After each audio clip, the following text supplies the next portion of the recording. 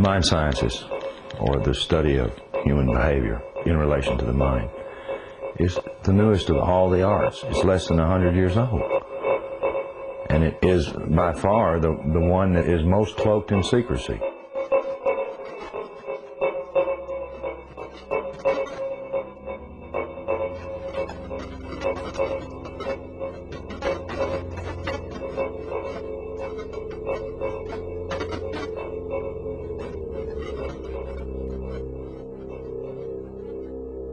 The origins of psychological warfare were in Nazi Germany, and in the Nazi ideology they had something that was called Weltanschauungskrieg, which means worldview warfare. The idea for them was imposing the Nazi worldview on the countries that they had occupied. The Americans picked up this idea, created an American version of it, and called that psychological warfare.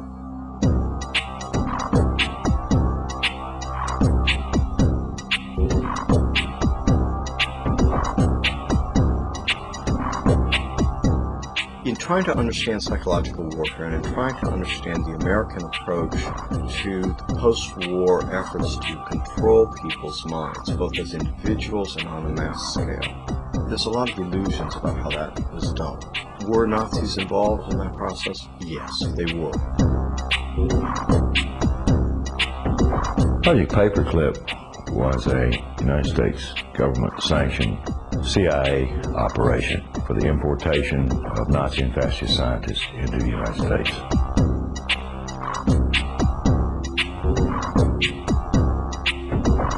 Their statement was simply this: if we don't bring these people into this country and contain them, then our enemies, the Soviet Union, will get them.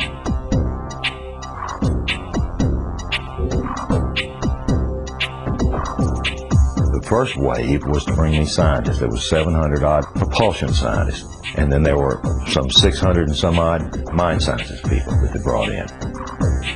The CIA was given the responsibility of actually placing the individuals that had a Project Paperclip into the military-industrial complex, including our colleges and universities.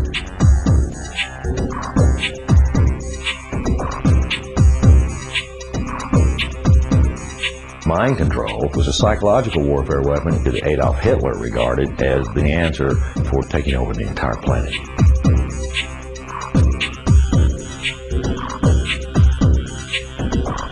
The name for the mind control research in this country was MK Ultra. MK Ultra was one program of a series of programs that came out of the CIA to experiment with different types of mind control, using drugs, using electroshock, using insulin shock, and other techniques.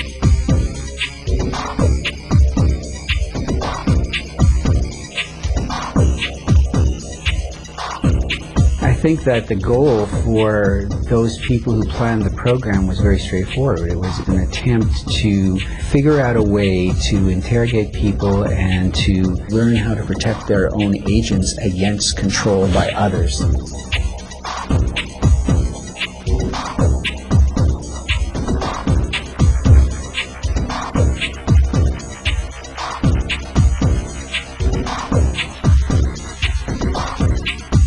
If you put someone in a position of being disabled by not feeding them or not allowing them to sleep or overwhelming them with sound, if you use massive shock treatment and you give people massive doses of drugs such as PCP or mescaline or amphetamines or LSD, and if you put them in periods of darkness where they can't predict from one minute to another what is going to happen next, so they're always dreading, there's no consistency to sort of what's going to happen, anybody can be put in a position of being open to brainwashing.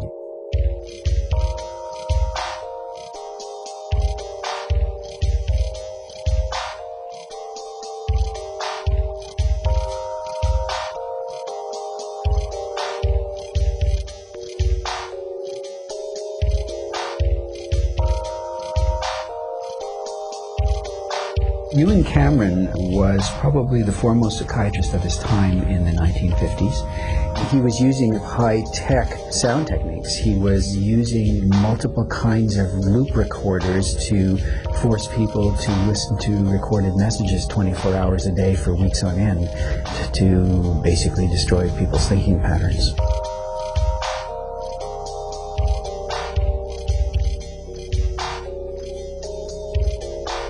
Injected the lysergic acid into the vein, and he patted me on the shoulder and said, "Now there, lassie, we'll see you later."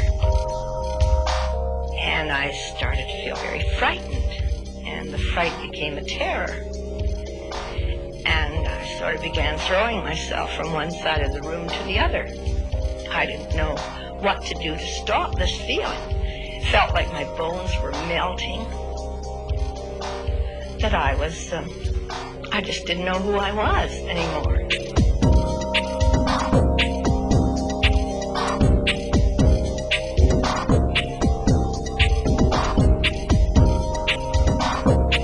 This is not just break-ins of people's homes. It's not just invasions of privacy by illegal wiretapping. This is an invasion of a person's mind.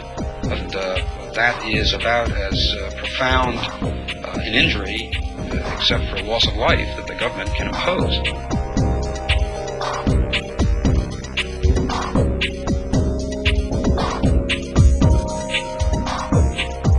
This was a post-Nazi program, if you will. It was an Americanization. I've often made the statement, and I still make it flippantly. The Nazis didn't lose the war. They just had to move. Now it's 50 years later. Now they're much more clever, much more sophisticated. They have a lot more money to spend.